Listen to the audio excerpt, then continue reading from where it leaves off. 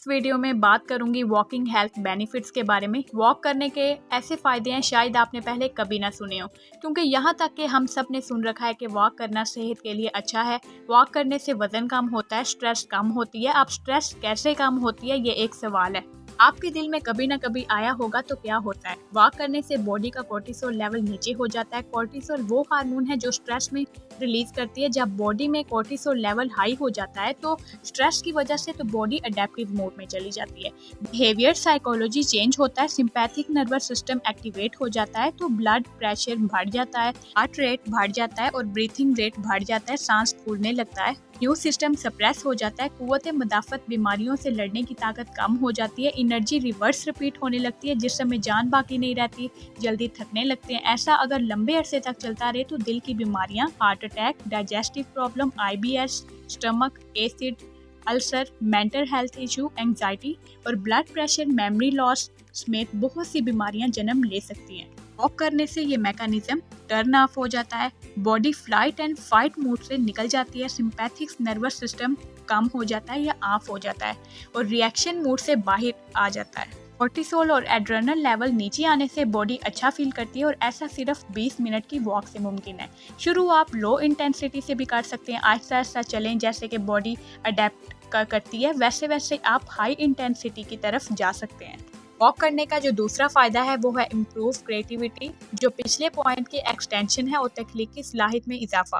Out of box सोचना, इसका मतलब ये है कि जब बॉडी में कोर्टिसोल हाई होता है तो बॉडी डी स्ट्रेस आउट होती है, जिससे आम जुबान में दिमाग सही से काम नहीं करता, बहुत मुश्किल हो जाता है मसले का हल ढूंढना, रेलिवेंट रैप आना, किसी मसले से हिट कर पाना, सोल्यूशन ढूंढना। स्ट्रेस में हमारा प्रॉब्लम सॉल्विंग पोटेंशियल कम हो जाता है, तो बॉडी जब कैम्प स्टेज पे होती है, एंग्स्ट होती है, क्रिएटिविटी लेवल्स बढ़ जाता है। लंबी वॉक यहाँ आपको हेल्प करती है, पर आई व्यू देती है। आप इस डिफरेंट परसेप्टिव से इस मसले को देख सकते हैं और सोल्यूशन ढूंढ पाते हैं। तीसरे नंबर पे है जो फाइबर है, वो वॉक करने से बॉडी के सेल्स की क्वालिटी इंप्रूव होती है। सेल्स में मौजूद माइटोकॉन्ड्रिया, जिन्हें बॉडी का पावर हाउस भी कहा जाता है, तादाद में इजाफा होता है और इनकी क्वालिटी बेहतर होती है। ऑटोफेजी होती है, नए सेल्स पुराने सेल्स की जगह लेते हैं। बहुत सी बीमारियां माइटोकॉन्ड्रिया की वजह से जन्म लेती हैं। इवन मेटाबॉलिज्म सही ना होने पे डिपेंड करता है सेल्स में मौजूद माइटोकॉन्ड्रिया की क्वालिटी।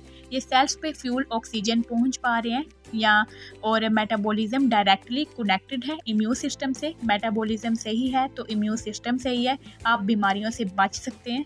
नंबर 4 पे है वॉक करने से बॉडी में फ्रेंडली माइक्रोबियल डाइवर्स में इजाफा होता है। फ्रेंडली जरासीम जो बॉडी में मौजूद इम्यून सिस्टम का हिस्सा है। फ्रेंडली जरासीम एक माइक्रोबियल डाइजेस्टिव में हेल्प करता है, एनर्जी मेटाबॉलिज्म में हेल्प करते हैं।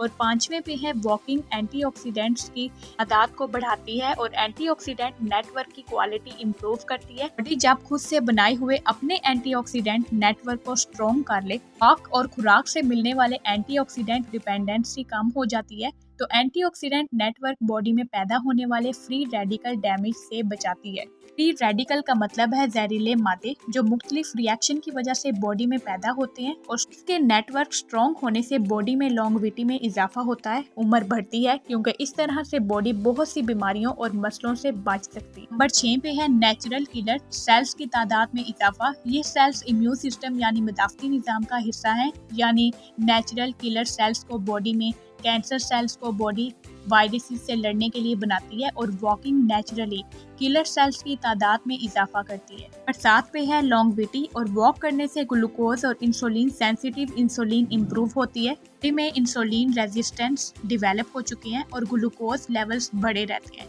डायबिटीज़ है, प्री डायबिटीज़ है, तो वॉकिंग बेहतरीन एक्सरसाइज है। सुबह उठ के अगर आप वॉक करते हैं तो ये ब्लड में बढ़ी हुई एक्स्ट्रा शुगर को बर्न करने में मदद करता है, और अगर आप वॉकिंग को अच्छे से 30 मिनट तक ले जाएं तो ना सिर्फ एक्स्ट्रा शुगर बर्न करेंगे बल्कि इवेंचुअली वेट लॉस भी करेंगे। नंबर 8 पे है वॉक करने से बॉडी में ज़्यादा ऑक्सीजन जाती है निस्बतन हाई ट्रेनिंग में, और ऑक्सीजन ज़्यादा जाती है। लैक्टिक एसिड प्रोडक्शंस की वजह से ब्लड में मौजूद ऑक्सीजन सही से ब्लड में पहुंच नहीं पाता, के रिएक्शन में बॉडी में मौजूद bile carbonate compounds selected acid को कन्वर्ट करते हैं। कार्बन डाइऑक्साइड और पानी हिस्टोन है। यहाँ पे बनने वाली कार्बन डाइऑक्साइड को हेल्प करती है इसको डीप टिश्यू तक ले जाने में।